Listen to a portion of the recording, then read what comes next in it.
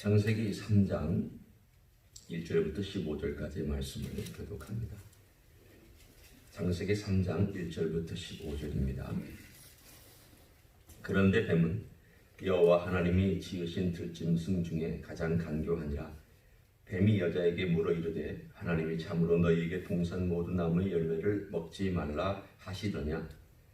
여자가 그에게 말하되 동산 나무의 열매를 너희가 먹을 수 있으나 동산 중앙에 있는 나무의 열매는 하나님의 말씀에 너희는 먹지도 말고 만지지도 말라 너희가 죽을까 하노라 하셨느니라. 뱀이 여자에게 이르되 너희가 결코 죽지 아니하리라. 너희가 이것을 먹는 날에는 너희 눈이 밝아져 하나님과 같이 되어 선악을 알 줄 하나님이 아심이니라. 여자가 그 나무를 본즉 먹음직도 하고 보암직도 하고 지혜롭게 할 만큼 탐스럽기도 한 나무인지라. 여자가 그 열매를 따먹고 자기와 함께 있는 남편에게도 주매 그도 먹은지라. 이에 그들의 눈이 밝아져 자기들이 벗은 줄을 알고 무화과 나무 잎을 엮어 치마로 삼았더라. 그들이 그날 바람이 불 때 동산에 거니시는 여호와 하나님의 소리를 듣고 아담과 그의 아내가 여호와 하나님의 낯을 피하여 동산 나무 사이에 숨은지라. 여호와 하나님이 아담을 부르시며 그에게 이르시되 네가 어디 있느냐. 이르되 내가 동산에서 하나님의 소리를 듣고 내가 벗었으므로 두려워하여 숨었나이다. 이르시되 누가 너의 벗었음을 내게 알렸느냐. 내가 네게 먹지 말라 명한 그 나무 열매를 네가 먹었느냐. 아담이 이르되 하나님이 주셔서 나와 함께 있게 하신 여자 그가 그 나무 열매를 내게 주므로 내가 먹었나이다. 여호와 하나님이 여자에게 이르시되 네가 어찌하여 이렇게 하였느냐. 여자가 이르되 뱀이 나를 꿰므로 내가 먹었나이다. 여호와 하나님이 뱀에게 이르시되 네가 이렇게 하였으니 네가 모든 가축과 들의 모든 짐승보다 더욱 저주를 받아 배로 다니고 살아있는 동안 흙을 먹을지니라. 같이 읽습니다. 내가 너로 여자와 원수가 되게 하고 네 후손도 여자의 후손과 원수가 되게 하리니 여자의 후손은 네 머리를 상하게 할 것이요 너는 그 발꿈치를 상하게 할 것이니라 하시고 아멘. 성경의 이야기가 만약 이 3장부터 요한계시록 20장까지의 죄 문제가 없었다면 성경은 쓰여지지 않았을 수도 있습니다.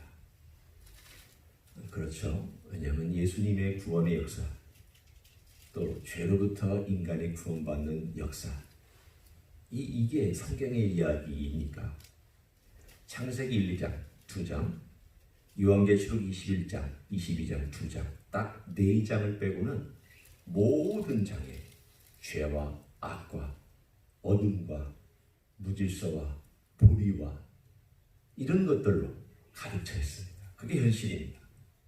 오늘 이 3장은 바로 우리가 현재 처해 있는 현실에 대해서 정확하게 말씀해 주고 있습니다. 놀라운 것은 우리가 우리 스스로에 대해서 아무리 책을 많이 쓰고 심리학적으로 공부를 많이 하고 우리가 우리 자신에 대하여서 연구를 과학적으로 하든 뭘로 하든 많이 해가지고 데이터를 가지고 증명해 낸다 한들 성경이 얘기하는 것을 벗어나지를 못합니다. 어떤 경우는 아무리 과학이 발달해서 증명해낸다 할지라도 성경이 얘기한 것보다 뛰어나지는 않습니다. 성경은 그 과정의 어떤 데이터를 다 자세하게 설명을 하지 않더라도 하나님께서 우리에게 이야기로 들려주시고 어떤 때는 설교로 들려주시면서 너희가 이렇다. 그리고 내 뜻은 이거다. 그리고 인간이 이 땅에 살아가는 동안 어떻게 하는 것이 진짜 의미 있는 삶이고 목적 있는 삶이냐. 하나님이 제일 잘 아시죠. 하나님께서 모든 걸 지켜보셨고 하나님 모든 본질을 다 만드셨기 때문에 오늘의 이야기도 그와 똑같은 범주 안에 있습니다. 오늘의 이야기는 악의 출발, 죄의 출발, 타락의 출발, 그리고 인간 안에 있는 모든 깨어진 것들의 출발이 3장에 등장합니다. 그 중에 먼저 악이 등장을 합니다. 이 악이 등장할 때에 우리는 이 세상에 어떤 철학적인 원리를 가지고 선이 없는 게 악이다. 아닙니다. 그것은 그냥 상태만을 의미하는 것이고 악에 적극적이고 다이내믹한 것을 무력화시키는 철학적인 잘못된 생각입니다. 선이 없는 게 악이 아닙니다. 빛이 없는 게 어둠이 아닙니다. 어둠은 원래 있었습니다. 빛은 나중에 생겼습니다. 마찬가지로 이 세상에 있는 선을 대체해버린 것이 악이지 선이 없는 것 자체가 어떤 상태가 악이다. 그렇지 않습니다. 악은 적극적입니다. 악은 능동적입니다.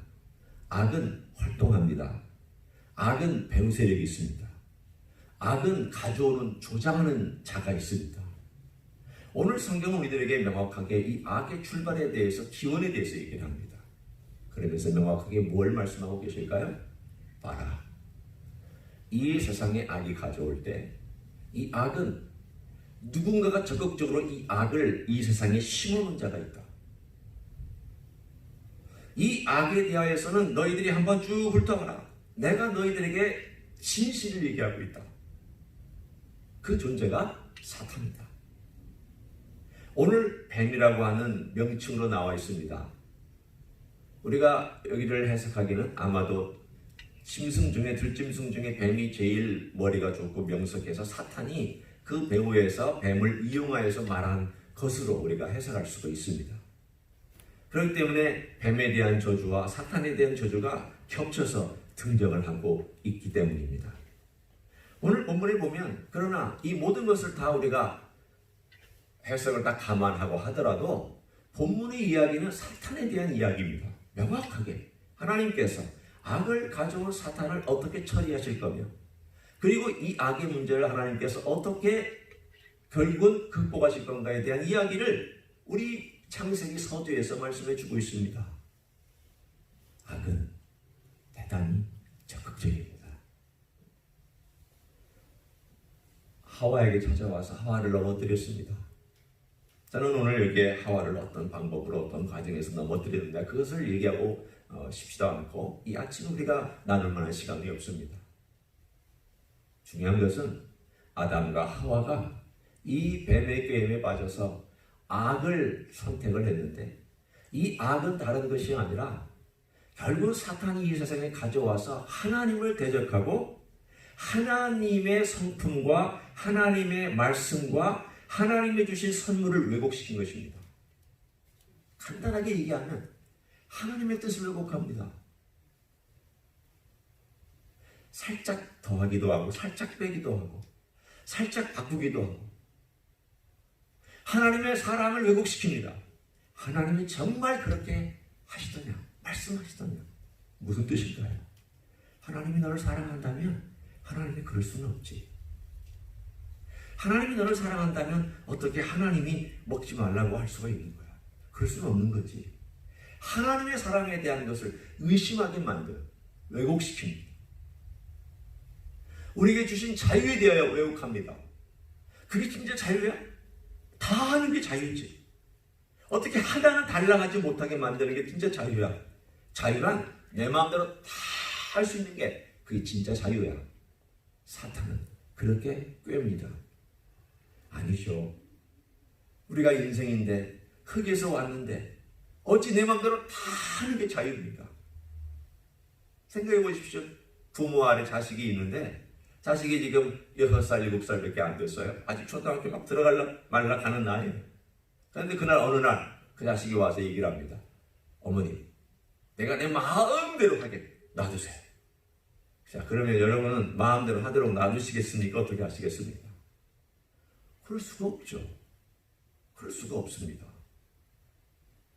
어디까지 자유를 주고 어디까지 자유를 주지 않을까? 왜 부모님이 그것을 결정해야 되는가? 아직 어리기 때문에. 그리고 선택하는 것이 지혜롭지 못할 수 있기 때문에 우리는 제한을 둡니다. 하나님께서 인간이 가지고 있는 다도록 놔두셨습니다만 다 하나만 제한하셨잖아요. 그런데 인간이 그걸 넘어서 버렸고 결국은 왜곡시키는 사탄의 꾀임에 넘어가서 자기가 선택한 것, 그래서 그 하나님의 뜻과 하나님의 사랑과 인간의 자유에 관련된 것들을 넘어선 것이 바로 죄입니다. 악을 가져온 자와 그리고 하나님을 왜곡시키고 하나님을 적대하는 그것을 선택한 것이 죄입니다. 그게 악이고 악은 세력이 있고 그 악한 것을 따라간 것 그리고 악한 것을 선택한 것 이게 죄입니다. 오늘 본문에는 결국 인간이 하나님의 뜻보다는 사탄의 이야기를 듣고 사탄의 뜻을 따랐고 하나님의 사랑을 의심해서 하나님의 사랑을 떠나 자기가 원하는 자기의 뜻과 자기의 욕심을 사랑했습니다. 하나님의 주신 선물을 의심해서 하나님의 선물에 대하여 오히려 선을 넘어가 버렸습니다. 이게 죄입니다. 오늘 우리에게 보여주고 있는 악의 출발, 죄의 출발 조금 뉘앙스가 다릅니다. 악과 죄는 뉘앙스가 다릅니다. 죄보다 악이 먼저입니다. 악이 죄를 가져온 것입니다. 악을 선택한 것이 죄입니다. 또한 이 죄로 말미암아서 어떤 결과가 왔느냐 세 번째로 오늘 본문은 우리들에게 뭘 말씀하실까요? 두 가지가 가장 큰 문제로 떠오릅니다. 창세기 1장과 2장과 연결되어 있습니다. 먼저 2장에 우리가 어제 읽었던 본문에 이런 말씀이 나오죠. 하나님께서 우리를 만드셨습니다. 예수님께서 우리를 만드셨습니다. 저는 예수님께서 우리를 만드셨을 때에 얼마나 많은 에너지와 신경을 쓰시고 그 솜씨를 가지고 하나하나 부드럽게 섬세하게 타치하셨을까? 만약에 내가 예술가라면 그 붓 하나 혹은 작품 하나 혹은 어떤 만들어내는 어떤 것 하나하나마다 대단한 신경을 기울여서 만들어낼 겁니다. 그리고 신경을 많이 쓸 것입니다. 결국은 예수님이 우리를 만들고 그 작품을 만든 다음 마음에 사랑스럽고 거기에 그 코에다가 코를 붙잡고 그 생기를 코 속으로 집어넣었을 때 성령이 그 안에서 운행하시면서 그가 생명이 되었다. 그러면 우리의 존재는 하나님과 대화하고 하나님을 의식하고 내가 의식하지 않으려도 의식할 수 있는 그런 존재였을 것입니다. 우리는 지금 쉽지 않잖아요. 성령께서 우리 안에 계시지만 늘 우리는 순종하느냐 불순종하느냐 이것 가지고도 싸우고 있는데 그 당시에는 순종하느냐 불순종하느냐 이것 가지고 싸울 필요 없이 그 안에 성령이 운행하시고 하나님의 임재와 하나님의 역사를 그냥 자연스럽게 친밀하게 경험하는 그런 상태였습니다. 2장의 생명의 역사가 깨졌습니다. 그게 단적으로 어디 드러나 있느냐? 오늘 본문에 선악과를 먹은 다음에 하나님께서 동산을 거니는 소리가 들렸습니다. 거니는 소리를 듣자마자 두 사람이 숨었습니다. 부끄럽고 수치스러워서 벗은 것 때문에 죄책감이 느껴져요. 그래서 숨었습니다. 하나님이 뭐라고 말씀하십니까? 아담아, 네가 어디 있느냐? 이 말이 무슨 뜻일까요? 많은 걸 얘기합니다. 하나님이 벌써 느낀 겁니다. 아담이 나를 떠났구나. 사랑하는 사람은 압니다. 사랑의 관계는 말로 하지 않아도 벌써 저 사람이 나에게서 관심이 멀어졌구나. 저 사람의 눈빛이 다르구나. 저 사람의 걸음걸이가 다르구나. 저 사람의 말투가 다르구나 압니다. 하나님 벌써 그걸 느끼시고 아담에게 질문합니다. 이것은 하나님 모르셔서 질문하는 게 아닙니다. 결국은 아담이 있는 현재 주소에 대해서 묻고 있는 아마도 이건 영원히 우리 인류에게 묻고 계시는 하나님의 질문일 것입니다. 아담아 네가 어디 있느냐? 수영아 네가 어디 있느냐? 어디 있느냐라고. 호흡이 깨졌습니다. 하나님과의 관계가 깨졌습니다. 2장의 이야기가 깨졌습니다. 그리고 다시 1장으로 돌아가면 하나님께서 우리를 만들 때 우리 형상을 따라 하나님의 형상을 따라 우리를 창조하셨다고 1장 25절 26절에 나와 있습니다.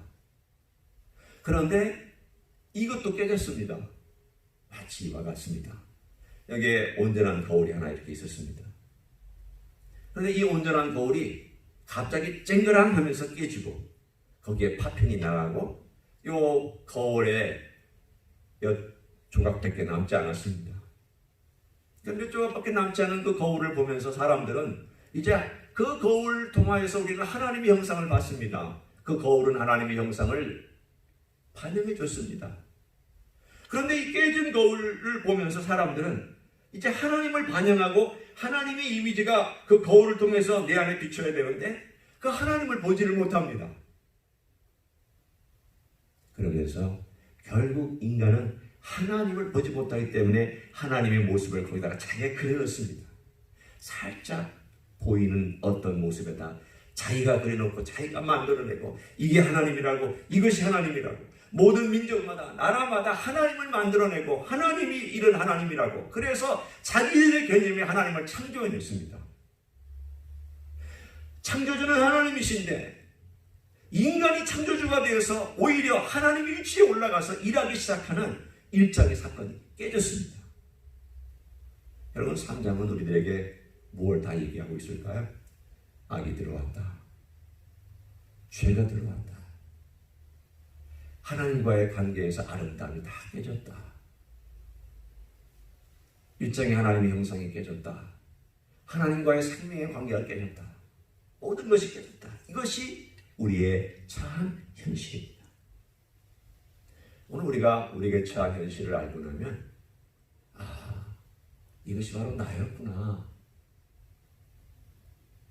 내가 예수님을 알지 못하고 혹은 교회를 다녔지만 예수님을 제대로 알지 못했을 때에 나의 상태라는 것이 이런 것이었구나. 나는 나도 모르고 어디서 왔는지도 모르고 내가 얼마나 악한지도 모르고 내가 죄를 저지른 것이 어떤 근본인지도 모르고 그리고 깨진 것이 뭔지도 모르고 그렇게 살아갈 뻔했구나. 그런데 오늘 여기에 하나님께서 인간의 그 비극적인 사건에 한 줄기 빛을 이렇게 비춰주시면서 그 빛이 언젠가 태양이 되어 이 땅을 방문할 것을 약속해 주신 이야기가 등장합니다. 오늘 3장 15절을 우리가 보기를 원합니다. 오늘 3장 15절을 보면 많은 사람들이 이것을 원시복음이라 명합니다. 왜 원시복음이라고 명을 하고 있는가 하면 처음 나타난 창세기 인간의 죄를 범하자마자 나타난 복음이다. 그리고 첫 번째 인간들에게 나타난 복음이다 라는 의미에서 원시복음이라는 표현을 씁니다. 한번 들어보세요. 내가 너로 여자와 원수가 되게 하고 내 후손도 여자의 후손과 원수가 되게 하리니, 그 다음이 이 복음이에요. 여자의 후손은 내 머리를 상하게 할 것이요 너는 그의 발꿈치를 상하게 할 것이니라 하시고, 여기는 여자의 후손이 뱀의 머리를 상하게 한다고 되어 있습니다. 잘 들으셔야 됩니다. 여자의 후손이 왜 여자의 후손인가요? 남자의 후손이 아니고 왜 여자의 후손인가요? 예수님은 여자의 후손으로 오셨습니다. 남자의 후손 아닙니다. 남자하고는 아무 상관이 없습니다. 성령으로 잉태하셔서 여자의 뱃속에 계시다가 탄생하셨기 때문에 여자의 후손입니다. 뿐만 아니라 여기서는 뱀의 후손이 아닙니다. 너라고 되어 있습니다. 오늘 본문에 내 머리요 그리고 너는 이라고 되어 있습니다. 이 너는 누굽니까? 뱀, 결국은 사탄입니다. 하나님은 인간의 죄 가운데서 인간이 어떤 결과를 가져올지, 그리고 그것 때문에 어떤 삶을 살아갈지를 아셨습니다. 그래서 이 부분에 관해 하나님은 그 모든 것들을 해결할 방법을 약속해 주셨습니다. 복음을 주셨습니다. 그 복음이 뭐냐? 너가 할 수 없는 것이다. 여자의 후손 중에 하나가, 한 분이 이 일을 이룰 것이다. 그 여자의 후손은 본문에 계속 나옵니다. 아브라함의 자손입니다. 아브라함의 후손입니다. 나중에 다윗의 후손입니다. 그래서 결국은 사탄은 지속적으로 그 그 여자의 후손을 없애기 위해서 자기의 모든 에너지를 들여서 파괴시키려고 합니다. 사탄은 어떻게든지 그 여자의 후손이 오지 못하게 하려고 합니다. 왜? 3장 15절에 자기의 머리를 상하게 하는 그 일이 하나님이 선언한 일이기 때문에 어떻게 하든지 그 여자의 후손이 이 땅에 존재하면 안 되니까 반대하고 죽이고 없애기 위해서 아브라함을 방해하고 다윗을 방해하고 이스라엘 민족을 방해하고 유다를 방해하고 예수님의 탄생을 방해하고 그리고 와서 교회를 방해하고 예수님의 재림을 방해하고 이런 모든 것들이 다 어디에 적혀 있느냐? 3장 15절에 인간 역사가 이렇게 흘러갈 것이라고, 그리고 결과도 그렇게 될 것이라고 하나님은 이미 소망 가운데 말씀해 주셨습니다. 따라서 3장에 3장 15절이 없으면 우리는 답답해서 못 살 것입니다. 만약에 이 어둠 가운데 이 빛이 없었다면 우리는 너무나도 절망하며 살았을 것입니다. 이 인생이 이렇구나. 인생이 이렇다면 무슨 의미가 있겠느냐. 그런데 그 깊은 깜깜한 칠흑같이 깊은 어둠 속에 한 줄기 빛을 비춰주시면서 하나님께서 언젠가 이 한 줄기 빛이 온 세상을 비추는 큰 빛으로, 큰 광명으로 다가올 것을, 여자의 후손이 너의 머리를 상하게 할 것이다. 이 머리는 뭘까요? 완전한 파멸입니다. 계획을 세우고 의지를 가지고 하나님을 반대하고 악을 가져오고 악을 조장하고 인간의 머리와 감정과 의지와 모든 것에 악을 조장하는 이 사탄의 머리를 깨트리셔서 결국은 그가 무기력하게 되어지고 결국은 멸망하게 되어서 요한계시록 20장에 나오는 말씀처럼 그가 불못에 들어가서 영원히 멸망받으며 거기서 고통 가운데 머물 그 때가 올 때까지 오늘 갈등의 싸움, 죄의 싸움, 악과의 싸움, 그러나 그 싸움이 홀로 싸우는 것이 아님을 오늘 하나님은 우리에게 말씀해 주셨습니다. 오늘 두 가지 약속이 있습니다. 하나는 하나님께서 약속 주신 겁니다. 내가 너를 돕겠다. 내가 너에게 이 약속을 준다. 내가 이 약속을 준다는 것은 너를 지키겠다는 뜻이다. 이 약속을 이루는 것은 네가 이루는 것이 아니다. 내가 이루는 것이다. 내가 이루는 것이기 때문에 내가 이 모든 것을 지켜갈 것이다. 그래서 하나님께서 가죽옷을 입혀서 나중에 보면 아담과 하와에게 가죽옷을 입혀주셔요. 두 번째는 하나님께서 이것을 이루어 가시는 동시에 우리가 하나님을 또한 선택하는 것에 대해서도 말씀해 주고 계십니다. 3장은 그 얘기예요. 네가 결국은 죄를 선택하고 악을 선택하고 사탄을 따라갔지만 이제 이 갈등과 싸움에서 네가 이기는 것은 뭐냐? 나를 따라가는 것이다. 나를 선택하는 것이다. 그 이야기가 예수 그리스도의 이야기잖아요. 우리에게 깨진 하나님의 형상을 회복시켜줘서 이제 하나님을 다시 반영할 수 있도록 내 안에 하나님의 이미지가 회복되어서 하나님을 반영하게 되고 하나님을 보면서 하나님 얼굴이 이것이구나. 하나님이 이런 모습을 우리에게 비춰주시는구나. 우리가 예수 그리스도를 통하여서 하나님을 바라보고 우리가 예수 그리스도의 놀라운 십자가를 통하여서 하나님의 영광을 바라보고 하나님의 사랑을 다시 깨닫게 되고 하나님의 뜻을 알고 하나님의 사랑을 알고 인간이 어떻게 순종하여 자발적으로 하나님께 순종하며 이 자유를 사용하는지를 배워가는 것. 이게 복음이 아니겠어요?